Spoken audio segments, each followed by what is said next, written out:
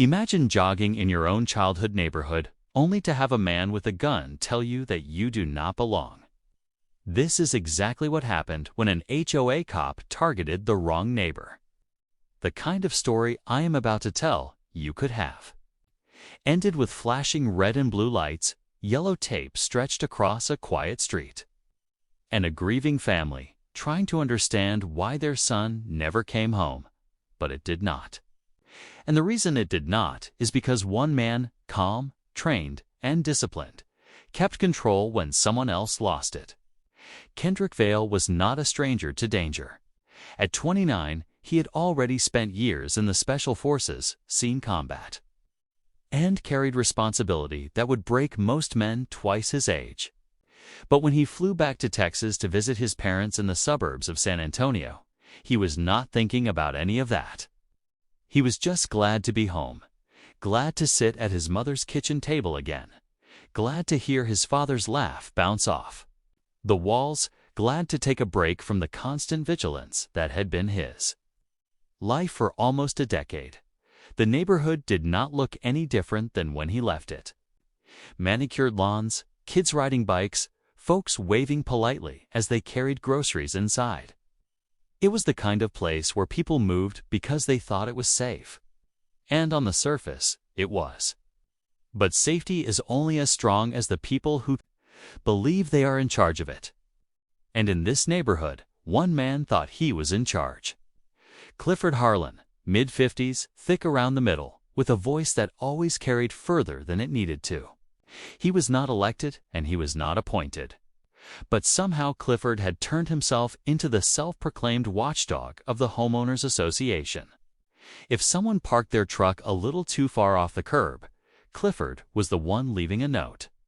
If kids played basketball past sundown, he was the one telling them to go inside. And lately, Clifford had decided his word needed backup, so he started carrying a gun. Not in a holster under a jacket, not in his home for protection. No, Clifford strapped it on his hip like a badge, as if he had been sworn into something he never earned. Kendrick had heard his mother mention Clifford during phone calls while he was overseas. At the time, it sounded like small-town gossip. Every neighborhood had that one guy who took things too seriously, right? He did not give it much thought. He certainly did not imagine that Clifford Harlan would be the man to test his patience more than combat zones ever had. That evening, after dinner, Kendrick decided to stretch his legs. He pulled on a light jacket, laced up his shoes, and sat. Out for a jog? Nothing out of the ordinary. Just a man enjoying a Texas evening, the air still warm, the sky turning deep orange as the sun sank low. He was not armed. He was not moving tactically. He was just jogging, blending into the background of his own childhood neighborhood. But Clifford did not see it that way. To Clifford, a young black man moving through the streets at dusk did not look like a neighbor. It looked like a problem. And Clifford did not wait to ask questions before reaching for his pistol. Meanwhile, Kendrick was lost in thought, listening to the rhythm of his footsteps hitting the pavement. He noticed a few porch lights flicker on. Somewhere, a dog barked. He was thinking about calling his buddy from Fort Bragg later that night, just to catch up. And then he saw movement.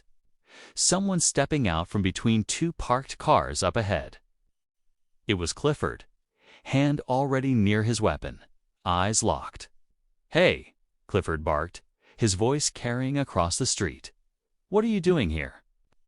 Kendrick slowed, surprised at the sharpness in the man's tone. He had grown used to neighbors giving a nod or a wave, but this was not friendly. Clifford's hand shifted closer to the grip of his pistol, and Kendrick's instincts sharpened in an instant. Years of training told him this was a man itching for a confrontation. "I live here," Kendrick said, his voice calm, steady, controlled. "Just out for a jog." Clifford shook his head like he did not believe it. "Do not play games with me. This is a private neighborhood. Who are you, really?" Kendrick stopped running altogether, keeping his hands visible at his sides. "'Tis military." Experience taught him one thing above all else in situations like this: control the pace, control the outcome. He was not going to match Clifford's aggression because that was a road with no brakes. But Clifford did not back down. He squared his shoulders, lips pressed tight, his whole posture radiating one message: he thought he had power. Kendrick could feel the situation heating second by second.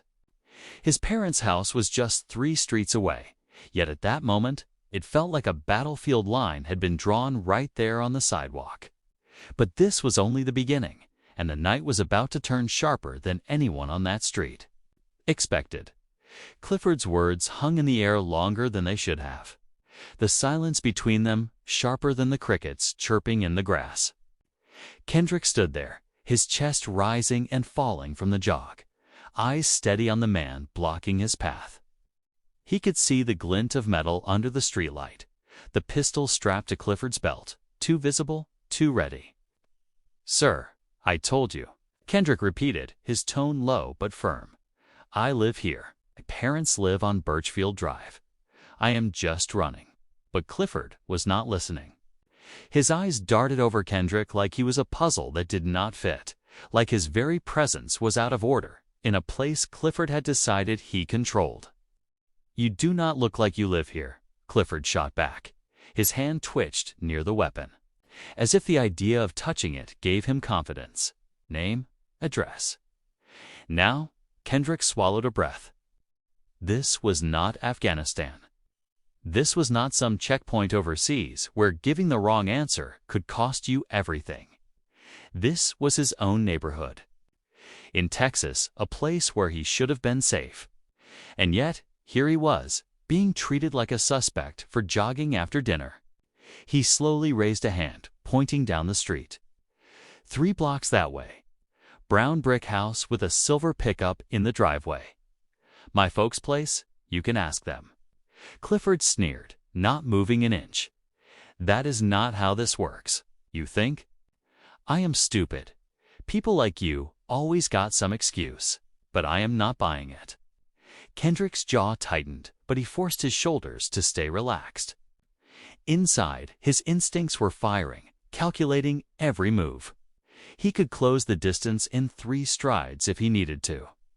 He could disarm Clifford before the man even knew what happened. But that was not the mission here. The mission was to get home without turning this block into a crime scene. A porch light flicked on across the street. Mrs. Denning, an older neighbor Kendrick remembered from childhood, stepped out with her small terrier, tugging at the leash. She froze when she saw. Clifford squared up against Kendrick, gun within reach. "Cliff, what is going on?" she called out, her voice shaky. Clifford did not answer her. His eyes never left Kendrick.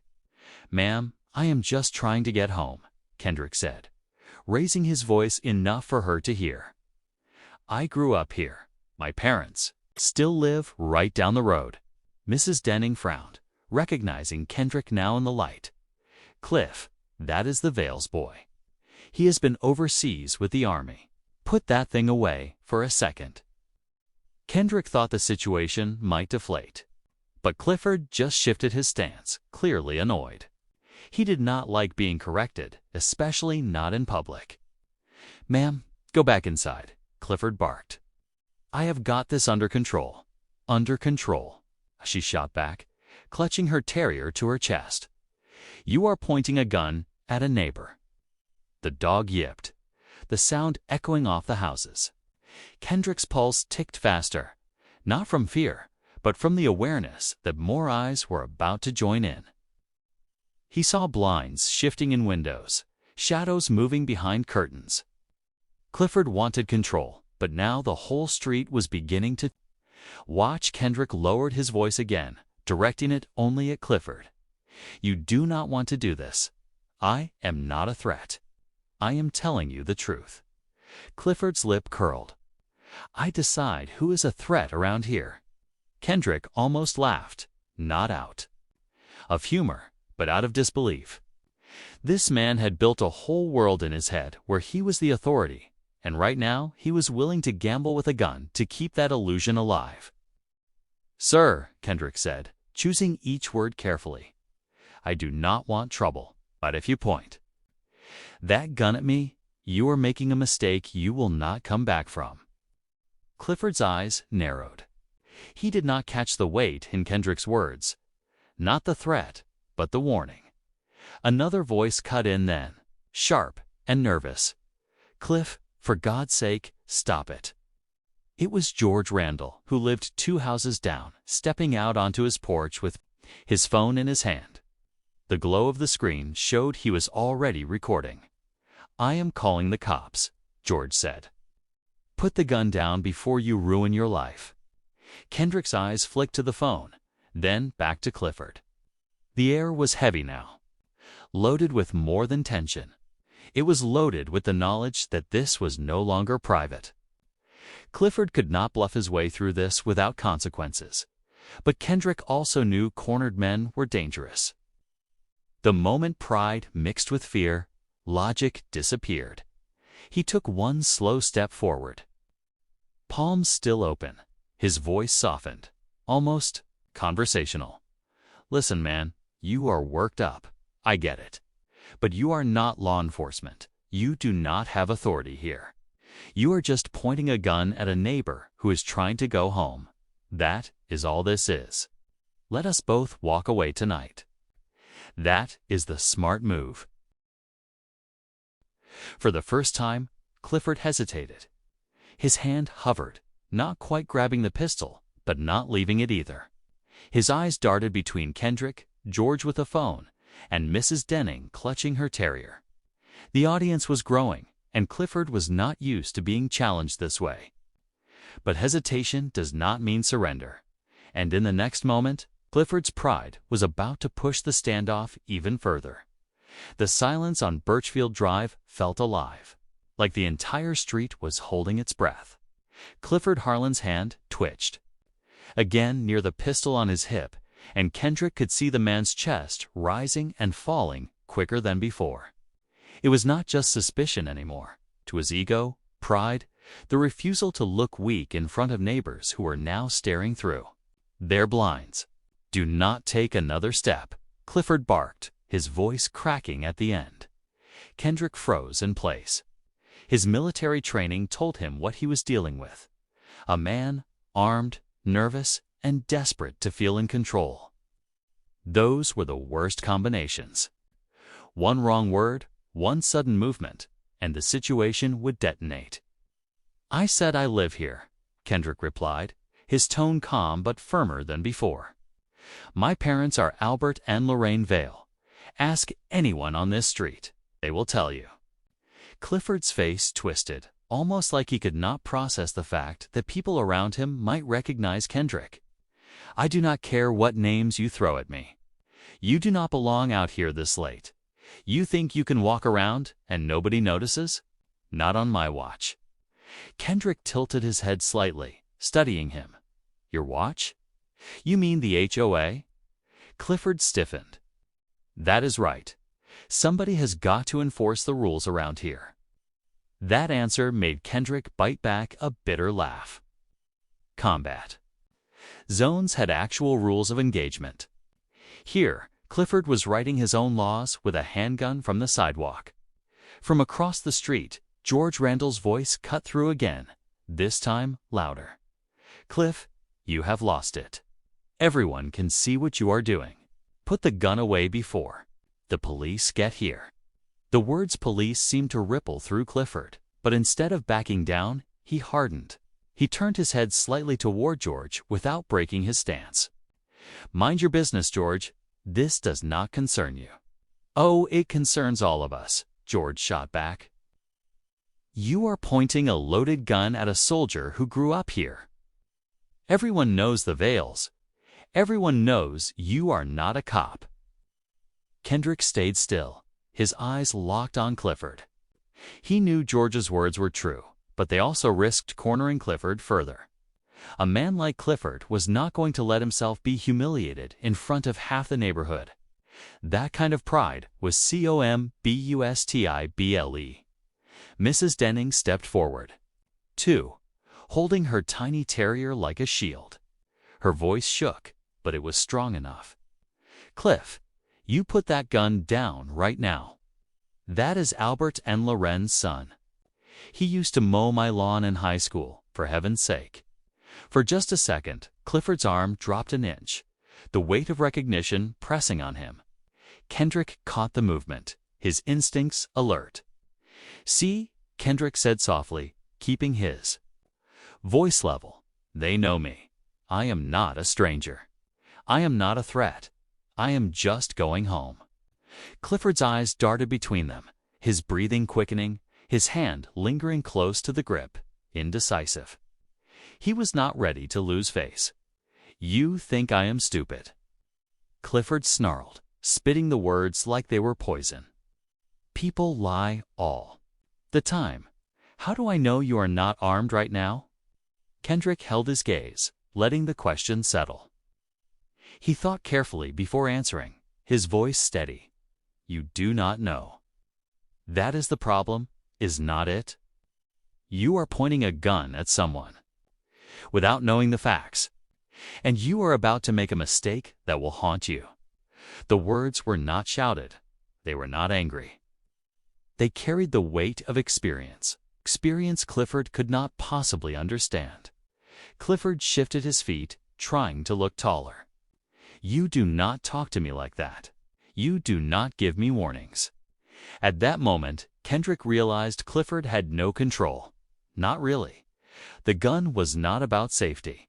It was about power, and Clifford was drowning in the need to prove he had it. You have already lost control, Kendrick said quietly. Look around you. Half this street is watching. That phone over there is recording. Every second you keep your hand near that gun, you are digging a hole deeper than you can climb out of. For a heartbeat, neither man moved. Clifford's chest heaved, his jaw tight, his fingers flexing. Kendrick's stance remained steady, calm, the exact opposite. It was the difference between training and bluster, between reality and fantasy. Then, like a spark hitting gasoline, Clifford snapped. His hand yanked the pistol free, and the metallic click of it clearing the holster cracked through the night. Gasps echoed from porches and windows. Drop it, Cliff. George shouted, his phone shaking in his hand. You are being recorded. Drop it. Kendrick did not flinch. His voice cut through the chaos, measured, controlled.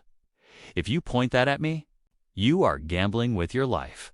You think I am scared of you? I have stared down worse than this. You have got one chance to walk away. Clifford's eyes burned with something wild, but his grip trembled slightly. That tremor told Kendrick everything he needed to know. This was not a man ready for violence. It was a man pretending. But pretenders with guns were the most dangerous kind. Neighbors' voices filled the street now, some begging Clifford to stop, others yelling for police. Kendrick stayed locked in, focused on the man in front of him. Clifford, he said evenly, you are not law enforcement. You are not the judge here. You are a neighbor, same as me. And right now, you are about to ruin your life over pride. Is it worth it?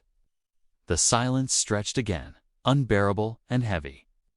Clifford's gun was raised, but his hands shook. Kendrick's heart pounded steady, not from fear, but from the razor-sharp awareness of how thin the line was between life and death on that Texas street. But the gun was out now, and there was no turning back. The confrontation was about to hit its breaking point. The night had gone from quiet to electric in a matter of minutes. Clifford Harlan now held the pistol in his hand, the barrel angled toward Kendrick's chest, trembling just enough for everyone watching to notice. From the porches, neighbors whispered to each other. Cell phones pointed at the confrontation. Some filmed, some called 911. Nobody dared step closer. Kendrick stood still, his breathing steady, his hands open at his sides. Years of special forces training had carved discipline into his bones. He knew that one wrong move, even a flinch, could trigger Clifford's panic. And a panicked man with a gun was as dangerous as any enemy on the battlefield. "Do not test me," Clifford shouted, the words cracking under strain. His face was red now, sweat glistening at his temple. "I said, stop where you are." "I already stopped," Kendrick replied evenly. His voice did not rise. He did not mirror the aggression. "You are the one making this worse." Clifford's hand twitched again, the gun bobbing ever so slightly. Kendrick kept his eyes on the man, noting every detail: the uneven stance, the shallow breathing, the way Clifford's trigger finger floated dangerously close. "Cliff, for God's sake, think about what you are doing." George Randall called from across the street. His phone was still raised, recording every second. "You point that thing at him, you are not coming back from it. Everyone here is watching." But Clifford did not lower the weapon. His pride was bleeding out in front of his neighbors, and he was scrambling to patch it up with force. "Stay out of this, George." Clifford snapped, swinging the barrel dangerously in his direction for half a second before snapping it back toward Kendrick. That moment told Kendrick all he needed to know. Clifford had no trigger discipline.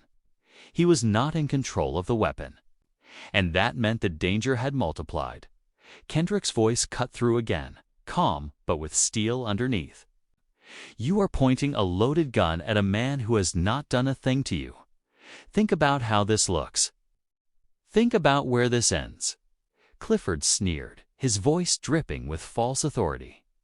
"Where this ends is me protecting my neighborhood." "Protecting?" Kendrick asked, his eyes narrowed just slightly. "From what? A jog? A man walking down the street? Look at yourself. You are the threat here." The words hit Clifford harder than Kendrick expected. His shoulders jerked, his grip tightening as if the truth was too much to hear. He took a half step closer, the pistol now only a few feet from Kendrick's chest. Gasps rippled through the neighborhood. Mrs. Denning clutched her terrier tighter, shouting, "Cliff, stop it. You are going to kill him." Kendrick adjusted his stance, imperceptibly, subtly distributing his weight just in case. If Clifford's finger twitched the wrong way, he would have to react fast. But reacting meant consequences, and Kendrick was painfully aware of the fine line he was walking. "Sir," Kendrick said, steady as stone, "I have been in situations like this before, and I promise you, if you pull that trigger, you will regret it for the rest of your life. You do not want that blood on your hands." Clifford's breathing grew. Louder, ragged, the pistol trembling more visibly now. His eyes darted again to the neighbors, watching, to George's phone recording, to the shadows shifting behind windows. For the first time, doubt flickered in his face.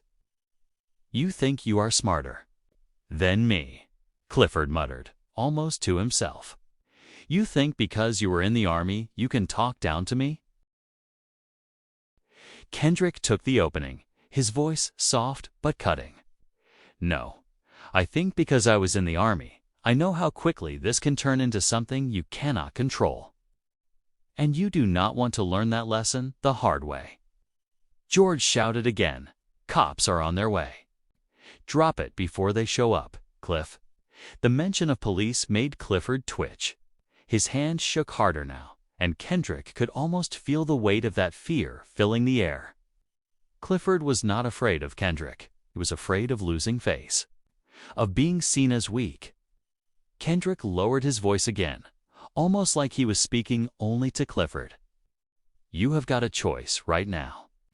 You can either put that gun away and walk back inside your house, or you can spend the night in handcuffs. Or worse. That is where this is going." For a moment, Clifford's arm sagged, the gun dipping slightly toward the ground. The neighbors collectively exhaled just for a second. But then Clifford's eyes hardened again, and he snapped the weapon back up. "Do not tell me what to do," he roared. His whole body was shaking now, the pistol wobbling in his grip. Kendrick did not move, did not blink. His voice was low, sharp, and final. "If you are going to point that thing at me, then you better be ready to use it. Because once it is out, there is no more pretending." The words cut through the chaos, landing heavy on everyone present. Clifford froze, gun trembling, his face pale now under the streetlight. He had crossed the line by drawing it, and everyone knew there was no walking back without consequence. But just as the tension stretched to its breaking point, the sound of sirens began to echo faintly in the distance, and that changed everything. The faint wail of sirens curled through the night air, distant but unmistakable. For some, it was a sound of relief. For Clifford Harlan, it was gasoline on the fire. His eyes widened, darting toward the street corner. Then, snapping back to Kendrick, the gun wavered in his hand, his breathing louder than ever. "They are coming."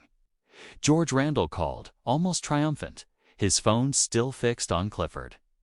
"You are finished, Cliff. Everyone's seen this. A puta. Gun down before they drag you off in cuffs." Clifford snarled, his face twisting in anger. "Shut your mouth, George. You have always had it out for me." He took another step closer to Kendrick, the pistol trembling inches higher. "Do not you move," he growled, though Kendrick had not taken a step since the standoff began. Kendrick could feel the weight of every neighbor's eyes pressing in from all angles. Porch lights flicked on one by one. Doors cracked open. Whispers carried through the heavy Texas air. The once silent street was now an audience, watching a man unravel in real time. A voice came from across the road. Mr. Alvarez, retired teacher who had lived there for decades, stood on his lawn in his slippers, his wife gripping his arm tightly. "Cliff, you have gone too far. That is Albert and Lorraine's boy. He served this country. You are embarrassing yourself in front of the whole block." Clifford whipped his head toward Alvarez for a split second, shouting, "Stay out of this." The barrel swung dangerously again before returning to Kendrick. That lack of control made Kendrick's instincts tighten. He had seen nervous men like this. Overseas, men who thought they had control but were seconds away from disaster. Kendrick's voice sliced through the noise, calm and commanding. "Look at me, Clifford, right here. Do not look anywhere else, just me." The command worked, if only because Clifford needed someone to lock onto. His eyes fixed on Kendrick, teeth gritted, the gun still shaking. "Sirens are getting closer," Kendrick said quietly. "You hear that? In less than a minute, cops will be here, and when they see you pointing that gun, do you know what happens?" Clifford swallowed hard, the Adam's apple bobbing in his throat. "They will understand," he muttered weakly. "I was protecting my neighborhood." "No," Kendrick said, his tone sharp as a blade. "They will see an armed man threatening a veteran in front of a dozen witnesses. They will put you on the ground before you can explain a word," Mrs. Denning added, her voice trembling but forceful. "Cliff, please, think about your wife. Think about your kids. Do not do this to them." Her words cracked through Clifford's stubborn shell. For a moment, his hand sagged just slightly, the pistol dipping an inch lower. The sight made the neighbors gasp in unison, as if they were all tethered to the same thread. But pride is a cruel anchor. Clifford straightened his arm again, voice breaking with rage. "Nobody tells me what to do. Not the HOA, not the cops, not anyone." Kendrick's patience thinned, but his discipline never broke. He kept his voice steady, low enough that Clifford had to focus on him. "You do not get it, do you? You think you are standing tall right now, but everyone here is watching you fall apart. You are not the protector. You are the danger." Cut deeper than Kendrick expected. Clifford's jaw clenched, his grip tightening. His entire body shook with the effort of keeping the gun steady. The sirens grew louder. Flashing red and blue began to reflect faintly on the houses at the far end of the street. Neighbors shifted nervously, some stepping back toward their doors, others frozen in place. George called again, louder this time. "Cliff, last warning. Put it down before they turn this into something worse than you can handle." Clifford's face twisted into something almost desperate. "They will believe me," he muttered, half to himself. "I am the one protecting this place. They will believe me." Kendrick took a careful breath, his voice controlled. "They will not believe you, Clifford. They will believe the cameras. They will believe the witnesses. They will believe the truth. And right now, the truth is, you are aiming a gun at a neighbor who has not laid a finger on you." Asterisk for a split second. Kendrick thought the man might actually drop the weapon. His hand trembled so violently it looked like it could slip from his grasp. But the weight of humiliation, the chorus of neighbors shouting, the flashing lights drawing closer, those pressures combined into something volatile. The sound of tires crunching gravel echoed down the street. A squad car swung into the block. Lights blazing, sirens cutting out. 2 officers stepped out with weapons already drawn, shouting commands. "Drop the gun." One of them barked, their voices sharp and rehearsed. "Drop it now." Every neighbor seemed to stop breathing. The entire street froze in the flashing lights, waiting for the single decision that would decide how the night ended. Kendrick did not move. His voice, calm and unwavering, filled the air one last time before the police closed the distance. "Clifford, this is it. Put it down. Do not make this worse for yourself." But Clifford's pride was not done fighting yet. And in the next moment, the standoff reached its most dangerous point. The squad car's lights painted the entire street in strobes of red and blue, bouncing off windows, washing over every face that had gathered. Clifford stood in the middle of it all, pistol raised, sweat trickling down his cheek, his chest heaving like he had just run a marathon. The officers had their guns leveled at him now, voices cutting through the chaos. "Drop the weapon. Do it now." But Clifford did not move. He looked like a man trapped between 2 realities, the fantasy in his head, where he was the neighborhood savior, and the hard truth staring him down in the flashing lights. His hand shook violently, but he kept the gun pointed in Kendrick's direction, almost as if lowering it would mean losing everything. Kendrick did not so much as blink. His focus tunneled in on Clifford's trembling hand. Every muscle in his body was tuned like wire. Years of training were not just about combat. They were about controlling yourself when everything screamed chaos.